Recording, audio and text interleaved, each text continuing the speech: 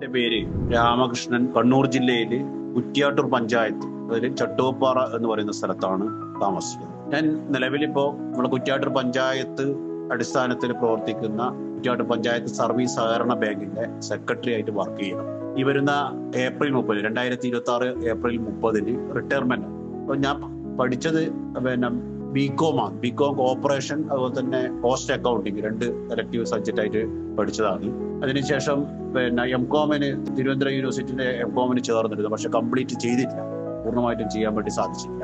MBA എടുത്തിട്ടുണ്ട്. അപ്പൊ ഇപ്പോ MA സൈക്കോളജിക്ക് ആണ് ചേർന്നത്. അപ്പൊ ഇത് 2ാമത്തെ വർഷം, 1 വർഷം കഴിഞ്ഞു. അസൈൻമെന്റ് 2 വിഷയത്തിന്റെ 1ഉം 2ഉം വിഷയത്തിൻ്റെത് കൊടുത്തിരുന്നു. പരീക്ഷ എഴുതിയിട്ടില്ല. അപ്പൊ ഒന്ന് എഴുതാതിരിക്കാൻ കാരണം സെക്രട്ടറി എന്ന് പറയുമ്പോൾ കുറച്ച് നല്ല തിരക്കുള്ള അതാണ്. അപ്പൊ അതുകൊണ്ട് ആണ് പരീക്ഷ എഴുതാൻ വേണ്ടി പറ്റാതിരുന്നത്. ഒന്ന് കാര്യമായിട്ട് ശ്രദ്ധിക്കാൻ കഴിഞ്ഞില്ല. സൈക്കോളജിക്ക് ചേരാൻ ഒരു താല്പര്യം എന്ന് പറഞ്ഞാൽ സൈക്കോളജിയുടെ ഒരു താല്പര്യമുണ്ട്. നമ്മളെ ഈ മനസ്സുമായി ബന്ധപ്പെട്ടുള്ള ഇതിലൊരു താല്പര്യം ഉള്ളത് കൊണ്ടാണ്.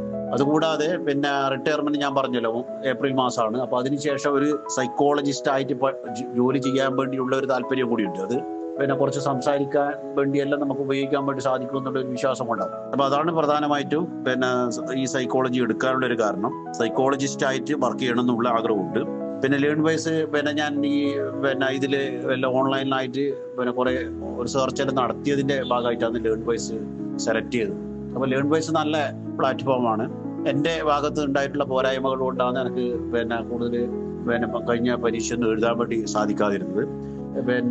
ഈ ജൂണില് ഒരു പരീക്ഷയും അതുപോലെ തന്നെ അടുത്ത ഡിസംബറിൽ വരുന്നതോടുകൂടി 2 വർഷത്തിൽ പൂർണ്ണമായിട്ടും ഈ കോഴ്സ് കംപ്ലീറ്റ് ചെയ്യണം എന്നാണ് ആഗ്രഹിക്കുന്നത്. അപ്പൊ ആ സൈക്കോളജിസ്റ്റ് എന്നുള്ള ഒരു തൊഴിൽ കൂടി അതിന്റെ റിട്ടയർമെന്റിന് ശേഷം ചെയ്യാനുള്ള ഒരു താല്പര്യം കൂടിയുണ്ട്.